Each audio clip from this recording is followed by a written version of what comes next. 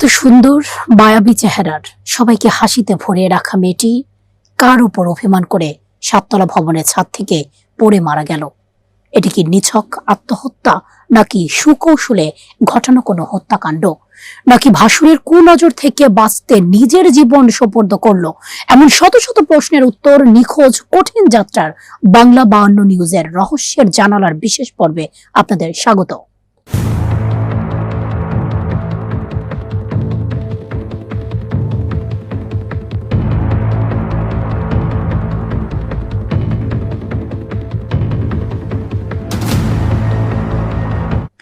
ঘটনাটি চট্টগ্রাম নগরীর বায়েজিদ থানাধীন পশ্চিম সৈয়দনগর পাঠানপাড়া এলাকার।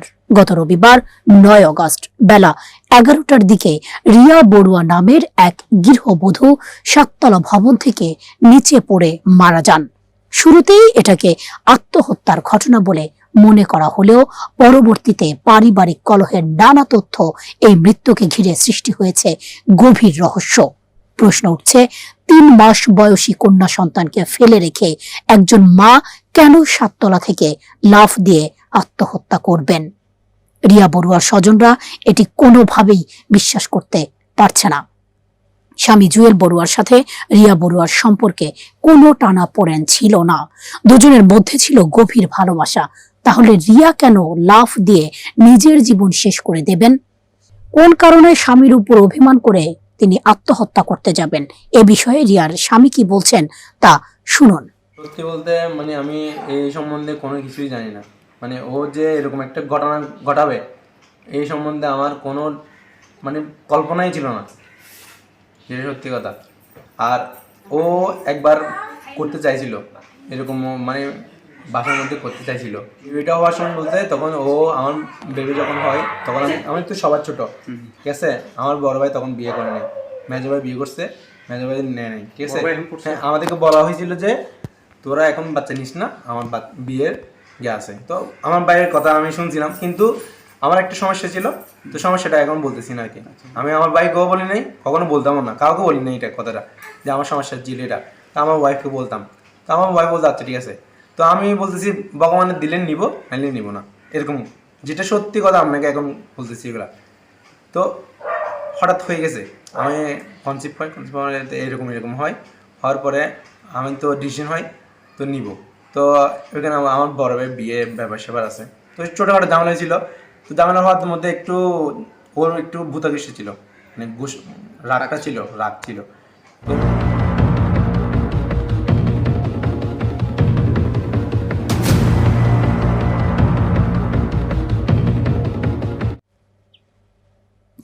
রিয়ার সাথে স্বামী জুয়েলের কোনো বিরোধ না থাকলে তিনি কেন এমন চরম সিদ্ধান্ত নিলেন? এ নিয়ে রিয়া বড়ুয়ার বাপের বাড়ির স্বজনরা কি বলছে চলুন দেখে নেওয়া যাক।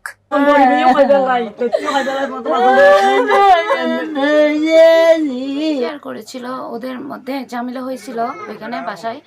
তার শাশুড়ি বাচ্চা নষ্ট করে ফেলতে বলছিল, ওর যখন গর্ভাবস্থায় ছিল তখন নষ্ট করার পর ও বলছিল যে আমি বাচ্চা নষ্ট করতে পারবো না, দরকার হলে আমি সংসার ছেড়ে চলে যাব। তো ওর হাজব্যান্ড, ওর ইয়া ছিল যে না আমার বাচ্চা, আমি আলাদা হয়ে যাব। ওর হাজব্যান্ড বলেছিল যে আমি আলাদা হয়ে যাব, বাচ্চা নষ্ট করতে পারবো না। তো ওইটার মধ্যে ঝামেলা হওয়ার পর আমার বোনকে আমার জ্যাঠাতো বোনের বাসায় রেখে গেছিল কয়েকদিন, 15 দিন ছিল আমার জ্যাঠাতো বাসায় গহিরা। তো এখানে রেখে গেছিল। তো পরে যখন বলতেছিল যে বাচ্চা নষ্ট হওয়ার যদি ওরা করতে চায় তাহলে আমার বোনকে এখানে দিব না আমরা, আর সে নিয়ে চলে আসবো। তো পরে ওদের মধ্যে মিটামিটি হওয়ার পর ওর শাশুড়ি বলে যে না আমরা আলাদা খাবো না, আমাদের ভুল হয়ে গেছে, রাগের মাথায় বলে দিছি, আমরা আর কখনো ওর সাথে অত্যাচার করবো না। ওই কথা বলে আমার বোনকে আবার নিয়ে যায় ওখানে, ওর হাজবেন্ড নিয়ে গেছে। তা আমার বোনকে বলছিল ক্ষমা চাইতে ওদের কাছে। তো আমার বোন বলছিল যে আমি তো কাউকে কিছু বলি নাই, আমি শুধু আমার শাশুড়িকে বলছি ওনার কাছে ক্ষমা চাইবো। তো সবার কাছে ক্ষমা চাইছিল ওইটা। তো ক্ষমা চাওয়ার পর তো এইগুলো আমার বোন যখন ডেলিভারি হয় তো ওর সিজার নর্মাল হয়েছিল, নর্মালের মধ্যে কাটাতে বেশি করে ফেলছিল ওরা মেডিকেলে, ওর টাকা বাঁচার জন্য নর্মাল ডেলিভারি করছিল। নর্মাল ডেলিভারি করার পর ও 4 দিন মেডিকেলে ছিল থাকার পর ওকে যখন বাসায় নিয়ে যায়, ওরা সবাই, আমার মাও ছিল এখানে, বাসায় নিয়ে যাওয়ার পর ওকে বলছিল যে গরম পানির চেক দিতে, মানে ভাপ দিতে আর কি, গরম পানি দিত না ওর শাশুড়ি। বলতো যে গ্যাস শেষ হয়ে যাবে, সিলিন্ডার গ্যাস শেষ হয়ে যাবে, গরম পানি দিতে হবে না, ঠান্ডা পানি দিয়ে ধুয়ে ফেলো। তা আমার বোন মানে অনেক ব্লাড যাওয়ার পর মানে অসুস্থ হয়ে যেত, কোমর ব্যথা করতো, বা ওর বাচ্চাটাকে কেউ নিত না, কুলে কান্না করতো, ওর নিতে পারতো না। তো পরে আমার মা ওকে এখানে নিয়ে আসে। ওখানে নিয়ে আসার পর 1 মাস 4 দিন এখানে তাকে আমিও দেখতে আসছিলাম আমার বোনকে। আমার বোন অনেক অসুস্থ ছিল, বাচ্চাকে ঠিক মতো কুলেও নিতে পারতো না। তো এখন এখানে 1 মাস 4 দিন থাকার পর ওকে বাসায় নিয়ে যায়। আবার ওর হাজব্যান্ড ওর শাশুড়ি বলেছিল যে থাক, মানে অন্নপ্রাশন হওয়ার আগে আমাদের বাসায় নিয়ে আসি। কিন্তু ওর হাজব্যান্ড বলছিল যে আমার বাসায় নিয়ে চলে আসো। ওই তা আমার বোন বলছে এখন কেন যাব, আমি তো এখনো সুস্থ হয় না, ওইখানে তো আমাকে কেউ দেখাশোনা করে না, আমি কেন যাব। তো ওর হাজব্যান্ড বলছে এখানে দেখাশোনা সবাই করবে। ওর হাজব্যান্ডকে অনেক কিছু বলছিল যে ওর হাজব্যান্ড ওকে পাত্তা দিত না। মানে রিয়া তার মাইয়ে তো খুব ভালো মাইয়ে, অনেক দিন খেয়াল এটা ঝগড়া ন করে, অনেক এরঙ্গে কে কিছু হই বলে হইতে একটু নেড়ে এন ভালো মাইয়ে আসলবে। ওর বাড়ির জানি কি তুই কি ইয়াই নিজেও না জানি, কিন্তু তারা বই নাই রঙে বেকুনের রঙে শেয়ার করছে হতা ইউনিবি বেকুনেরও হইয়ে কথা এত করে আগত জিয়াড়াই আসি গিয়ে না তার মারার হাসে হাস গিয়ে, কিন্তু আর হাসে আর তেমন ভাবে ফুসার ন করিও, কিন্তু ন হয় বে আর মানে আর হাসে শেয়ার করতো না চাইতো দেরি ঘরের জানলার হাতে আর হাসে শেয়ার করতো না চাইতো বে বাইজে মাইজে আই বরমলি আমি একখানে জ্ঞান হয় নে ন করি এনে কিন্তু হয়তো অরির হতা হয়তো বা বরবাসুর হতা হয়তো মানে বরবাসুরে কি ওর অত্যাচার করে হয়তো। রিয়া বড়ুয়ার বাপের বাড়ির লোকজনের বক্তব্যের সত্যতা যাচাই করতে আমরা সরাসরি চলে এসেছি সেই ভবনে যেখান থেকে পড়ে তিনি মারা গেছেন। ঘটনাস্থলে এসে প্রত্যক্ষদর্শী ও ভবনের নিরাপত্তা কর্মীর সাথে কথা বলে জানা গেল রিয়াকে ভবন থেকে লাফ দিতে কেউ দেখেননি, শুধু নিচে পড়ে থাকতে দেখেছেন। তবে ভবনের পাশের বিদ্যুতের তার দেখে তারা অনুমান করছে যে রিয়া লাফ দিয়েছে।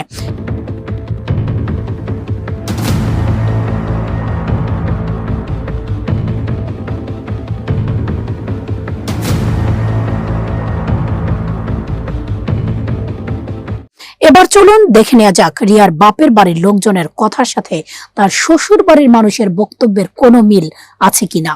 ও তো আইনে ফরিদার করে দরদ ফরিদার করে यहाँ पे वाला दर्द देना है तो बाहर 300 लोग आने से बेटे आज शाम को रहो जन आई तर बैगन आई लास्ट इन खेला इदी आई बोल तक कि देखना जाए আমার আর জেলো নিলো আই দিকে মাবাজি আই ইনকে কইন দে ভাইয়া কি বলছে? আর সত্য কথা হইন দে আই সত্য কথা না মিত্র ক্ষমতা না ধরে আই ভগবান আর সিনি আই কেউরে না সিনি বাইরে হতা উন আগে আই কেউরে বিশ না করি আর ফর উগরা কোনো কুছ নাই আই আসলাম আর কি করব।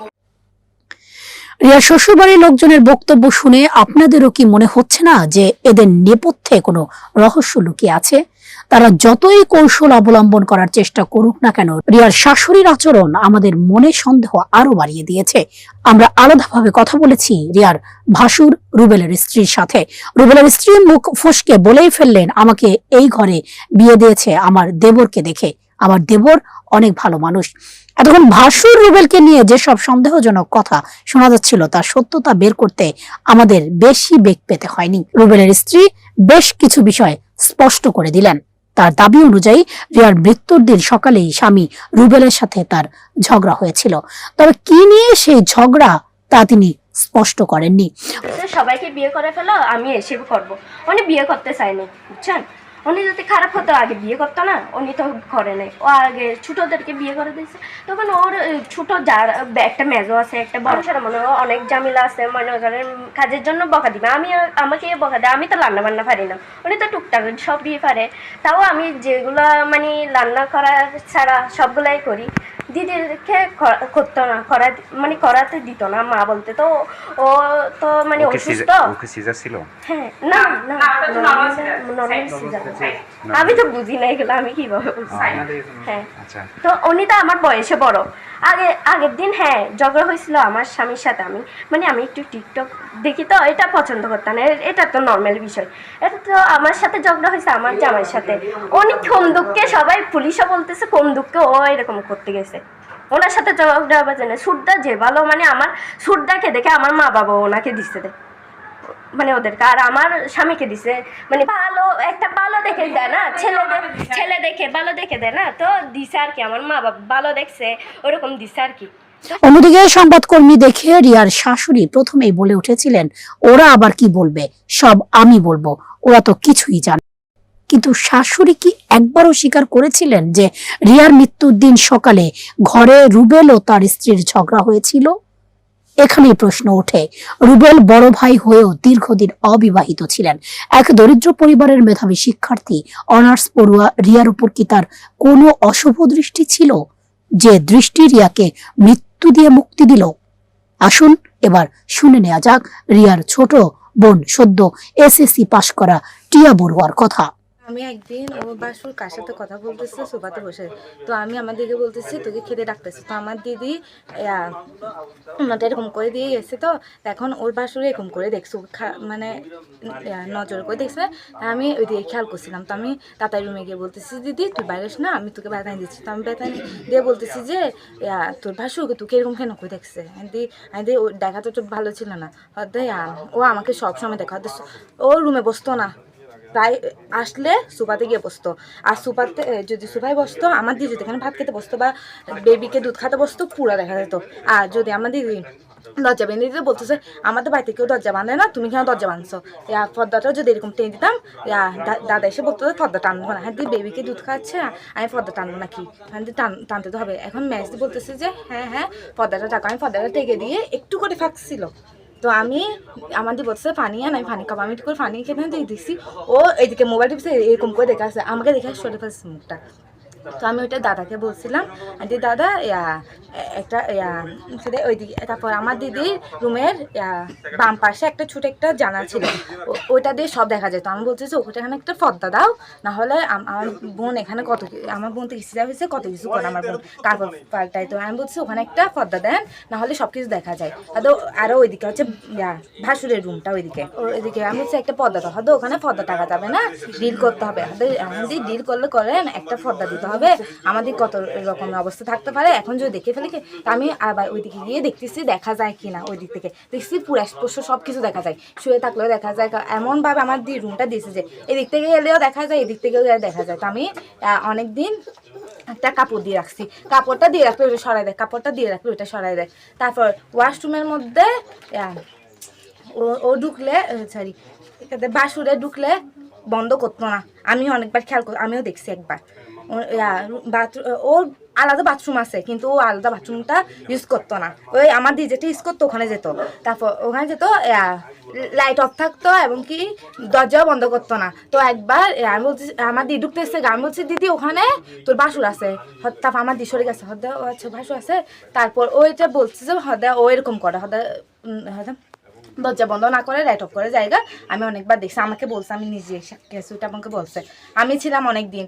তারপর আমার বোন বেবিকে যদি স্নান করতে নিয়ে যেত, গরম পানি এতটুকু গরম পানিতে বলতেছে এতটুকু হয়ে যাবে, এতটুকু হয়, তারপর ওকে স্নান করার পর যদি বলতো এখানে ময়লা আছে, ও বলতো আমরা সন্তান করছি, গোসল করাচ্ছি, এরকম হয় নাই। তারপর আমার বোনের জন্য এতটুক ওরা আলাদা কোনো রান্না করতো না, ওই যেগুলো রান্না করতো ওগুলো বলতেছে ওইগুলা দিয়ে খাবো। আমার বোনে শুকনা খেতো, আমি বলতেছি একটা ডিম ভাজি করে দিই, ওদের ডিম ভাজি করলেও বকা দিবে। ওনার ভাসুরে প্রতি একটা রাতে ডিম খাই, একদিন ডিম ছিল না, বলতেছে ডিম নাই, ডিম কেন নাই আমি খাই জানি না।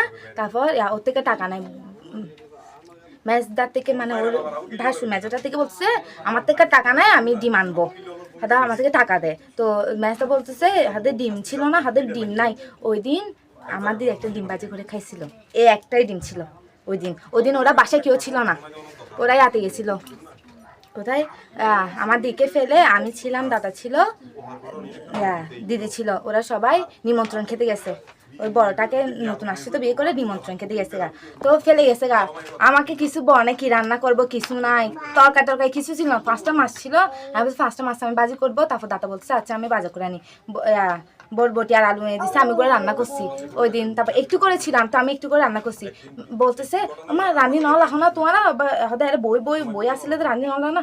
আমি বলছি মাসি আমি বরবটি আলু আলু রান্না করছি একটু করে আছে, হয়তো একটু করে কেন থাকবে, বাজার ছিল না, আমার তুই বলছো বাজার তো ছিল না, বাজার শেষ হয়ে গেছে গা, এই দুটো করে মাছ ছিল, মাছগুলো বাজি করছি, হয়তো মাছগুলো খেলে হাই বলে হয়তো মাছ নয় একটা হয়ে দিল না। জন্মের পর থেকে রিয়া বড়ুয়া যাদের কোলে পিঠে মানুষ হয়েছে, যাদের সাথে জীবনের সব দুঃখ কষ্ট ভাগ করে নিয়েছেন, চলুন তাদের মুখ থেকেই শুনি রিয়া মানুষ হিসেবে আসলে কেমন ছিলেন। আমি হচ্ছি মন্দিরা বড়ুয়া, আমি মেয়ের হচ্ছি মানে জেঠিমা আর কি, ওরা আমাকে বর্মা বলে ডাকতো, আমার এই পাশের বাড়িটা আমার। ওই মেয়েটা কিন্তু যখন ওর জন্মটা বলি আমি, ওর যখন জন্ম হচ্ছে যেদিন মানে ওর জন্ম হচ্ছে, ওর মার ফেন উঠছে এখানে এই যে ধাইমা আছে, এখন আমার স্কুলের জন্য আমি কিন্তু স্কুলে চলে গেছি, দেখে চলে গেছি, কিন্তু তখন ওর জন্ম হয় নাই। এখন আমি যখন অর্ধেক গেছি শুনছি যে মানে ওর একটা মেয়ে হয়েছে। স্কুল থেকে 4টার পরে আসার পরে ওকে যখন দেখতে আসছে তখন ওর হয়তো রক্তমাখা মুখটাই ছিল, এত যে ফুটফুটে ওর সুন্দর ছিল, আমি ওই রক্তমাখা মুখে কিন্তু আমি কিন্তু একটা পাপ্পি দিছিলাম মুখে, এটা কিন্তু আমি বলতে পারতেছি না, এটা হয়তো আমার মেয়েও হইতে পারতো, কিন্তু এরা ওর মেয়ে হলেও কিন্তু এটা আমার মেয়ের মতো, ছোটকাল থেকে আমার সাথে থাকতো। ওর বিয়ের কথা যখন ঠিক হয়েছে তখন আমার বিছানা ছাড়ছে, যে আমার মেয়ে আমি ও একসাথে একে বিছানা থাকতাম, আমাদের এক রুমে 2টা পালং, এক পালংয়ে আপনার দাদা থাকতো, আর পালংয়ে আমরা মা মেয়ে 3জনেই থাকতাম। 2013 সালে আমার ঘরে ডাকাতি হচ্ছে, ডাকাতির সময় ওই মেয়ে আমাদের সাথে ছিল, আমরা এক ঘরে, আমার মেয়ে আমার ছেলে ওরা 2জন এক ঘরে ছিল। তো এই মেয়েটা আমাদের সাথে, এই মেয়েটা বড় হওয়া ছোট হওয়া সব আমাদের সাথে, আমার সাথে বিশেষ করে অনেক অনেক দিন ছিল, কোথাও গেলে আমি ওকে সঙ্গে নিয়ে যাইতাম। এখন মেয়েটা যে এইভাবে মরবে, কেন মরলো, এখন মরার মতো তো আমি কোনো লক্ষণ দেখতেছি না। ও অনেক সময় আমার সাথে ফোনে কথা বলতো, ওরা আবার গ্রুপে কথা বলতো বেশি, হোয়াটসঅ্যাপে আমাকে অনেক সময় করতো, এখানে যোগ করতো, আমি অনেক সময় কথা বলতাম না, কারণ আমি কাজের মধ্যে থাকতাম, অনেক সময় কথা বলতাম, অনেক সময় বলতাম না। এ কী করছো, রান্না বান্না কী খাইছো, আমার সাথে একটু দুষ্টামিও করতো এরকম। আমার বড় মার প্রবাল দাদার যে বউ হবে সে বউটা অনেক লাকি হবে, তা আমি বলছি কেন এই কথা বলিস কেন, এগুলো অনেক সময় সামনাসামনি বলতো না, আপনি শাশুড়ি হইলে অনেক ভালো হবে, আপনি আপনার পুত্র বউকে মানে আপনি জ্বালাবেন না, প্রবাল দাদার বউকে আপনি অনেক করবেন, এসে এগুলো বলতো। হয়তো এটা ও শুনসেন্সে বলতো, এটা বলতো, হয়তো বিয়ের পরে হয়তো ওটা যখন ও শ্বশুর বাড়িতে গেছে হয়তো তার কারণে বলতো, হয়তো ওর শাশুড়ির মধ্যে শ্বশুর বাড়িতে তো টুকটাক ঝামেলা হয়ে থাকে, এগুলো আমাদের সাথেও ছিল। তো কিছুদিন আগে ওর যখন মেয়ের মুখে ভাত দিয়ে এসে অন্নপ্রাশন করছে, এখন ওর মামাকে বলছে দিদি এখন আমি তো একটু বাইরে আছি, তাহলে রিয়াকে একদিনের জন্য আপনার বাসায় নিয়ে যাই। তো ঠিক আছে নিয়ে আমার বাসায়, তো একদিনের জন্য নিয়ে গেছে ওরা ভাত মুখে ভাত দিয়ে, গত মাসের 27 তারিখ জুলাই। তা আমি ওদেরকে বকাও দিচ্ছে তোরা একদিনের জন্য আনছিস কেন, এখানে আমরা দুই ফ্যামিলি আছে, আমার যে বড় জাটা 3 তলায় থাকে, আমি 5 তলায় থাকি, বলছি আমরা 2 বাসা আছি, তুই 1 সপ্তাহের জন্য নিয়ে আসতে। সোমবারে নিয়ে গেছে, মানে সোমবার না সোমবার ছিল ওইটা, সোমবার চালাতে 2-1 দিনের জন্য 1 সপ্তাহ পর্যন্ত থাকতে, জামাই একটু শুক্রবারে নিয়ে যেতে, মা বিয়েকে বকা দিল। এখন তা আমাদের বাসায় আসার পর আমি তো সন্ধ্যার সময় আসছি, তারপর বাসায় এমন তো তেমন কিন্তু বলে নাই, শ্বশুর বাড়ির সমস্যা হয়তো অনেক সময় মার সাথে আমাদের সাথে একটু শেয়ার করতো, মানে শাশুড়ি সবসময় ক্যাট ক্যাট ক্যাট ক্যাট এগুলো সব শাশুড়িরাই করতো। আমরা বলছেন যে এগুলো রিয়া শ্বশুর বাড়িতে হয়, এটা তার তোর মা না, শ্বশুর মা শাশুড়ি আর মা একটা আলাদা ব্যাপার না, এগুলো একটু সহ্য করতে হয়, এগুলো বলতাম। কিন্তু সহ্য যাদের মা মেয়েতে, এখন আমার মেয়েও বিয়ে দিয়েছে, আমার মেয়েকে আমরা বলি না কিছু বললে, এগুলো সহ্য করতে হয়। তো এরকম রিয়াকেও বলতাম সহ্য করতে হয়, কিন্তু রিয়া যে এখন এইভাবে আত্মহত্যা করবে, বা ও যদি হত্যাও হয়ে থাকে, ও যদি আত্মহত্যাও করে থাকে, তাহলে এর আগের দিনও শনিবারও কিন্তু আমাকে ফোন করছিল, আমি 2 দিন ছুটি নিয়েছিলাম, আমার একটু শারীরিক অসুস্থতার কারণে ওর সাথে যোগাযোগ হয় নাই, ওদেরও নাকি ওয়াইফাই ডিস্টার্ব ছিল। আজি তো গিয়ে দুনিয়া তো আজি লাগে হইতা মাই, আজি লাগে হইতা মাই, আজি এলাই হত অষ্টরি মানুষ করছি, আজি ওরে কি হইতাম, আজি রে ইতারা বাসা টানানোর পরে জবাত খাবাই তো 3 মাস, হদ্দা আর জবাত কিলে খাবাইতাম, হদ্দে জ খাইলি সকালবেলায় রান্না করছি, বিকেলে হদ্দে গ্যাস ইন কিলে বিকেলে আবার রান্না করতে, ইন গরম করে খাব, ওই দিন বাসি ইন কেনা খাইব বিকেলে, ওর হদ্দে না হাবম পড়ব। এখন আই গরম পানিতে গেলি মনের মধ্যে একটা খারাপ তাই লাগদু, কিলে ওর গ্যাস জ্বলাইতে ডরাইতো দেই, গরম পানি দিতে খারাপ লাগদু, তারপর রান্না করতে খারাপ লাগতো, আজি এরকম বালা খানা দিতে খারাপ লাগতো, আজি জিয়ে খাইবি হদি ন রাঁধে ইতারা খাইব দিয়ে রাইন দিলে, তারপর ওই আজিয়ে তো একখানা করে তাহাই থাকে কিন্তু দুয়া করে ভাত খাইয়ে আজিয়ে জামাইয়ে আজিয়ের হতা হনের সময় নো নে গ্যারেজ না করে আর মাইয়ারে যাতে বাচ্চা নষ্ট করে ফেলে আর মাইয়া বহুত কষ্ট পাই নলে বহুত টসানি নইয়ে জামাই রঙে ওরি রঙ বাসুর রঙে জামাই রঙে হরে যাইবার লাই আজিয়ে যাইবার লাই রাজিনামর হানা ঘর অশান্তি করি আজি আর বাসুরের মাইয়ার বাড়িত চলে এসেছি এই বাসুরের মাইয়ের বাড়িত মানে বুঝাই যায় লাগকে আর বাসুরের মাইয়া হাতে তুতুন যত কষ্ট লাগে তুই আর কাছে আই যাবি তুই আর বাসুরের মাইয়ে বেশি দেখতে রে আর বাসুরের মাইয়ে বেশি দেখতে হইল আর 7 বোন আর হনদিন আজি রাবণ বোন গা স্বাস্থ্য বোন ন হয় আজি আর হনদি স্বাস্থ্য বোন ন হয়। এদিকে স্থানীয় এক মাধ্যমিক বিদ্যালয়ের অফিস সহায়ক রিয়াকে নিয়ে বলতে গিয়ে এমন একটি প্রশ্ন তুলেছেন যা আইনশৃঙ্খলা বাহিনীর গুরুত্বের সাথে তদন্ত করে দেখা উচিত বলে মনে করছেন রিয়ার স্বজনরা। এই রিয়ার হত্যাকাণ্ড এটার পিছনে আমি একটা জিনিস শুধু আমার মাথায় ঘুরতেছে, ওই দিন ছিল 9 তারিখ। আপনারা একটু একটু ভালো করে গভীরভাবে চিন্তা করেন, ওই দিন ছিল 9 তারিখ। মাননীয় প্রধানমন্ত্রী তারেক রহমান কিন্তু এখানে চট্টগ্রামে আসছিল। ওই দিন কিন্তু মিডিয়া বলেন, আপনার থানা, পুলিশ, সকল প্রশাসন কিন্তু ওইদিকে ড্রাইভেট ছিল। ওরা ওই দিনটাই কিন্তু বেছে নিয়েছে, এটা আমার আইকিউ সেন্সে বলতেছে। আর নয়তো ওই দিনই কেন এই হত্যাকাণ্ডটা হলো? নিশ্চয়ই এরা পরিকল্পিতভাবে এই হত্যাকাণ্ডটা ঘটিয়েছে, নয়তো এই একজন প্রধানমন্ত্রী চট্টগ্রামে আসার অবস্থায় এরা এই ঘটনাটা ঘটানোর কোনো দেখতেছি না। ওই দিন ওরা বুঝতে পারছে যে প্রশাসন, মিডিয়া সবগুলা ওইদিকে ড্রাইভেট থাকবে, এরা এই সুযোগে এই কাজটা সেরে ফেলতে হবে। ঠিক ওদের কাজ এবং বুদ্ধি অনুযায়ী এই কাজটা ওরা সেরে ফেলছে। রিয়া তো অনেক ছোট থেকে আসলে কোলে পিঠে করে আমরা মানুষ করছি, এবং ওরা 4 বোনের মধ্যে রিয়া লেখাপড়ার মধ্যে অনেক ভালো ছিল। সে অনার্সে পর্যন্ত ভর্তি হয়েছে, খেয়ে না খেয়ে ওর মা এবং ওর বাবা ওকে এতটুকু পর্যন্ত পড়ালেখা করাইছে। মেয়ে হিসেবে খুব ভালো ছিল এবং লেখাপড়ায় খুব মেধাবী ছিল। পাড়ার এই সমস্ত ছেলে পুলে সব ওর কাছে প্রাইভেট পড়তো। ওর একটা ভালো ডিমান্ড ছিল এখানে, এবং ও লেখাপড়ায় অত্যন্ত ভালো ছিল এবং সৎ মেয়ে ছিল, একটা খুব ভালো শান্তশিষ্ট স্বভাবের মেয়ে ছিল। নর্মালি আমার মাথায়ও ঢুকতেছে না, আমারও একটা বাচ্চা আছে 2 বছরের। তো আমি যখন আমার দিকে আমি একটা চিন্তা করতেছি, আমি আমার বাচ্চাকে রেখে কিভাবে আমি পৃথিবীর মায়া ত্যাগ করবো। মানুষ মৃত্যুর আগে একবার হলেও চিন্তা করবে আমার বাচ্চাটার কথা।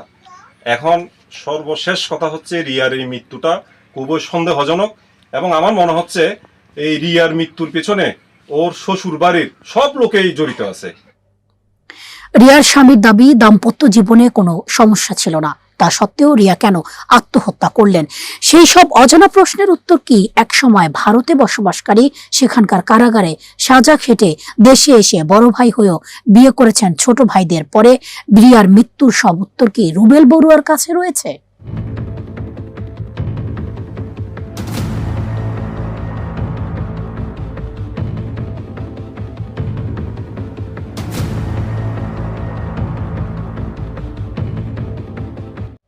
আমরা জানি না রিয়ার মতো একটি মেয়ে তার মাত্র 3 মাসের সন্তানকে ফেলে রেখে কেন এভাবে চলে গেল। এমন বহু ঘটনা রহস্যের আড়ালেই ঢাকা পড়ে যায়। তবে আমাদের দাবি, রিয়া বড়ুয়ার মৃত্যুর প্রকৃত কারণ যেন সঠিক তদন্তের মাধ্যমে উন্মোচিত হয়। উল্লেখ্য, রিয়া বড়ুয়ার বাপের বাড়ি চট্টগ্রাম জেলার রাউজান উপজেলার উরুকিচর ইউনিয়নের আবুরখিল নন্দন কানন এলাকায়। তার বাবা ব্রেন স্ট্রোক করার পর থেকেই অনেকটাই বাক প্রতিবন্ধী। 4 বোনের মধ্যে রিয়া ছিলেন মেজ, আর তার স্বামী গ্রামের বাড়ি বোয়ালখালী উপজেলার বৈদ্যের বাড়ি এলাকায়। আজকের মতো এখানেই বিদায় নিচ্ছি, তবে বিচারহীনতার সংস্কৃতি যেন শেষ হয় এবং এমন মর্মান্তিক ঘটনা নিয়ে আমাদের আর কখনো সামনে আসতে না হয়, সেটাই সবার প্রত্যাশা।